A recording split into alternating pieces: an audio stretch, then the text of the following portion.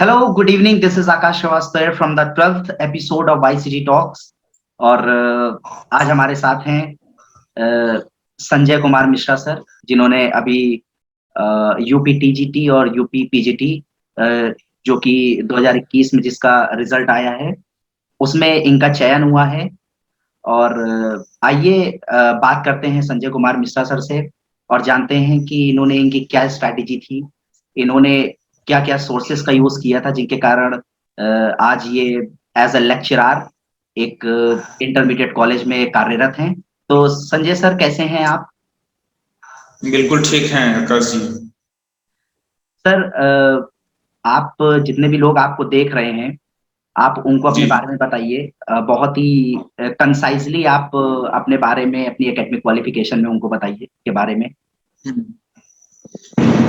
सबसे पहले तो मैं संजय कुमार मिश्र, हमने हाई स्कूल और इंटर यूपी बोर्ड से किया था। पढ़ने में बिल्कुल साधारण कोटि का व्यक्ति कह सकते हैं, साधारण कोटि का छात्र।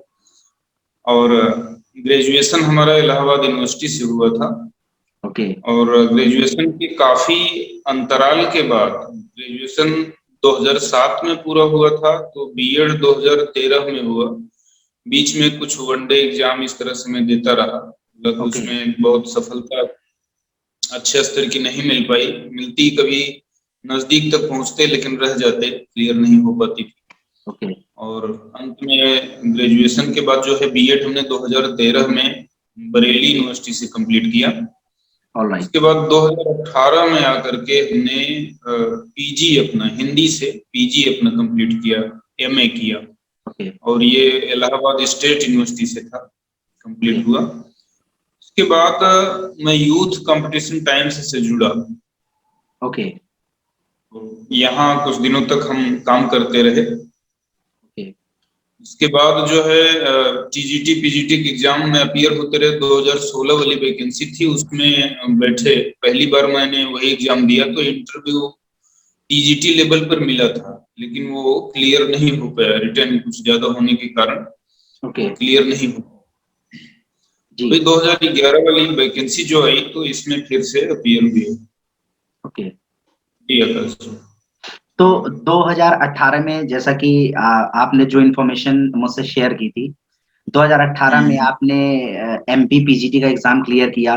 फिर हम्म 2020 में दिल्ली सबऑर्डिनेट का एग्जाम आपने क्लियर किया।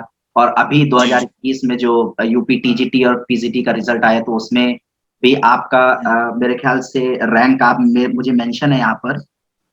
रैंक आपकी यहाँ पर थी, कितनी आपने बताया था रैंक? 64 एंड 362 रैंक थी। अ, 364 है उसमें, टीजीटी वाले में। ओके। यहाँ उत्तर प्रदेश माध्यमिक शिक्षा सेवा चयन बोर्ड से जो एग्जाम हुए थे उसकी बात कर रहे हैं। बिल्कुल। और डीएसएसपी में उसमें रैंक तो अभी नहीं मेंशन हो पाई है, उसमें डोजियर वगैरह फिलअप हो गया है, तो ओके। रहेगी। इसके बाद जो है यहाँ पे क्या कहते हैं, मध्य प्रदेश वाले में वहां भी हुआ था, तो वहाँ रैंक जो है 142, ओके। 142 इस पे रैंक ये लगी हुई थी। हिंदी विषय से ही हम ये सारे एग्जाम दिए हैं। तो अगर देखा जाए तो मध्य प्रदेश का 2018 की वैकेंसी थी, तो वो भी क्लियर हुई थी।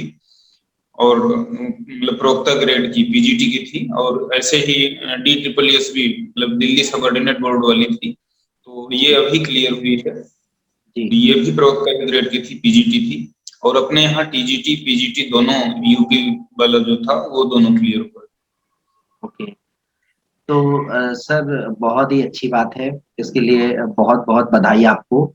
और हम्म। 4 एग्जाम्स आपने क्लियर किए हैं, तो अभी आपने मतलब वर्तमान में कहाँ पर कार्यरत हैं? किसको सेलेक्ट किया आपने?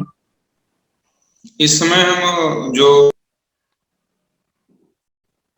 ऑर्गेनाइज हुआ था प्रवक्ता ग्रेड वाला, लेक्चरर ग्रेड वाला, ये हमने गाजीपुर में श्री मोतीलाल नेहरू इंटर कॉलेज बासुपुर गाजीपुर में है।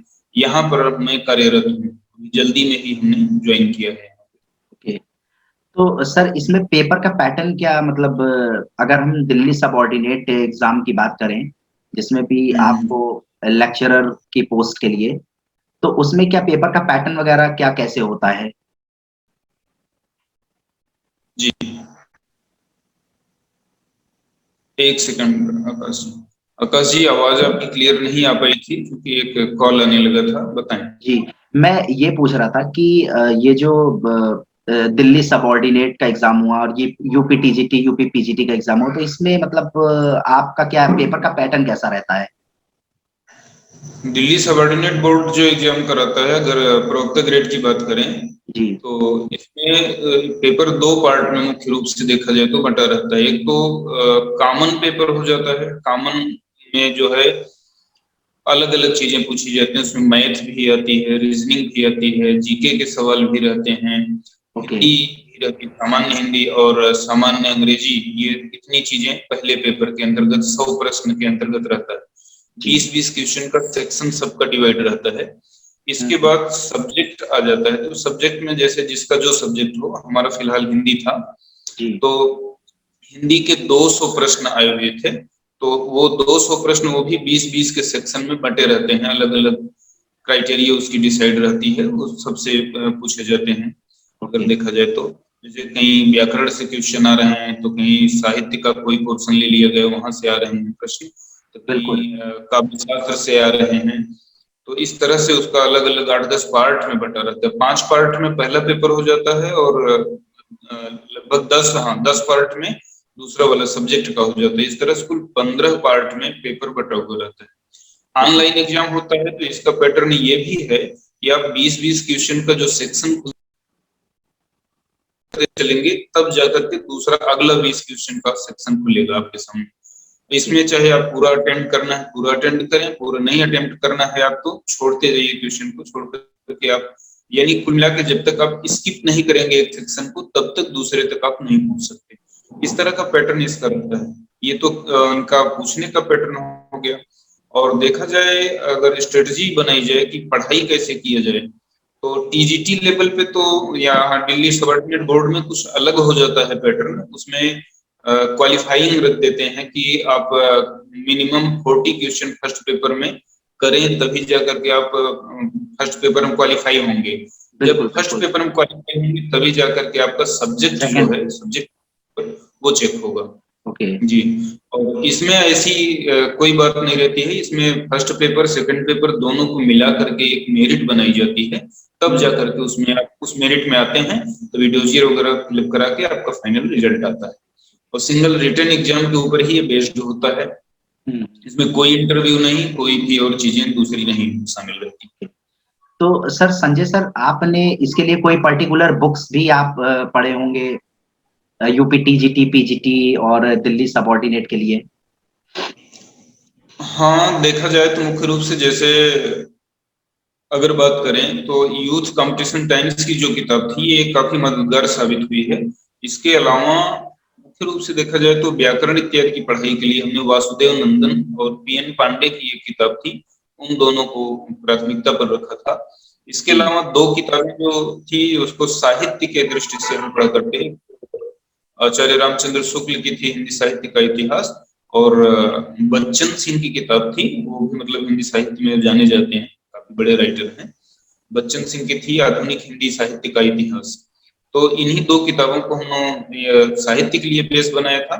और सबसे बड़ी बात जो मुझे लगती है इस तरह की परीक्षाओं को, एक तरह के एग्जाम में शामिल होने के लिए, वो ये कि आए हुए प्रश्नों पर अगर हम ज्यादा से ज्यादा अभ्यास करें, वो चाहे जहां चाहे जिस रूप में मिल जाए, तो उनका ज्यादा से ज्यादा अभ्यास करें, तो एक चीज कंफर्म होता चलता है कि मतलब आए हुए प्रश्न ये मतलब क्वेश्चन का नेचर आपको क्लियर हो जाता है, किस तरह की बिल्कुल, चीजें पूछी जाती हैं। तो बिल्कुल, जब क्वेश्चन का नेचर क्लियर रहता है तो जो भी आपको किताबें पढ़नी है तो उसमें उसको पढ़ते समय आपको समझ में आ जाएगा कि कौन सी चीज महत्वपूर्ण है, ये हमें पढ़ लेना चाहिए, और कौन सी कम महत्वपूर्ण है, इसे हमें छोड़ देना चाहिए। ओके, तो ये बात देखें तो हमें यूथ कंपटीशन टाइम्स की जो किताब आई थी, जी, 10,565 प्रश्न थे उसमें।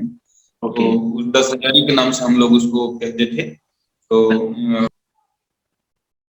सारी चीजें उसमें शामिल थी। तो उस किताब को अगर देखा जाए तो उसकी जो व्याख्या बनी हुई है काफी महत्वपूर्ण है।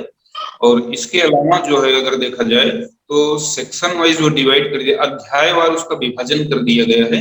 तो जैसे मान लीजिए हम आदि काल को अगर पढ़ के किसी किताब से कंप्लीट करते हैं तो हम ये चेक कर सकते हैं पढ़ करके कि कितने प्रश्नों पर हमारी पकड़ बन पा रही है और कौन सा भी छूट रहा है, तो किस सेक्शन में हमें और तैयारी करने की आवश्यकता है, कौन सी तैयारी हमारी लगभग लगभग कंप्लीट है। तो ये बंटवारा बड़े आसानी से समझ में आ जाता है कि कहाँ हमें फोकस करना है और कहाँ नहीं करना है। तो इस लिहाज से यूथ कंपटीशन टाइम्स की किताब जो थी वो काफी फायदेमंद साबित हुई। और इसके अलावा हमें मतलब जाता है कि हमें किस सेक्शन के लिए ज्यादा काम करना है, किस सेक्शन के लिए कम काम करना है। तो सर अब वर्तमान में आप एज अ लेक्चरर कार्यरत हैं, बताया आपने गाजीपुर में एक इंटरमीडिएट कॉलेज है, तो आगे भविष्य में भी आपने कुछ और बड़ा करने का सोचा है?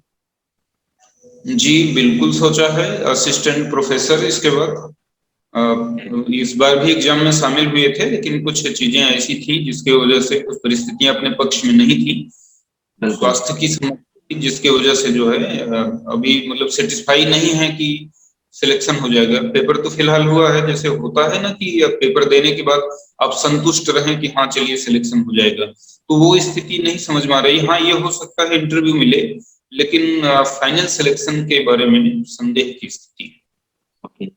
तो प्रयास ये रहेगा कि आगे के एग्जाम में शामिल हों और फिर उसको क्लियर किए थे।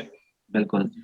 तो संजय सर बहुत अच्छा लगा आपसे बात करके, और आपने अपना प्रेशियस टाइम हमारे यूथ कंपटीशन टाइम्स को दिया, उसके लिए बहुत बहुत धन्यवाद सर आपका।